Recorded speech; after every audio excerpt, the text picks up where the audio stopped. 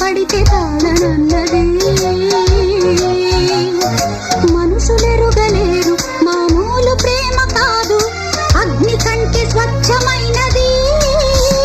మమకారమే ఈ లాలి పాటగా రాసేది హృదయమా, ఉమాదేవిగా శివుని అర్ధభాగమైనాలోన నిలువుమా.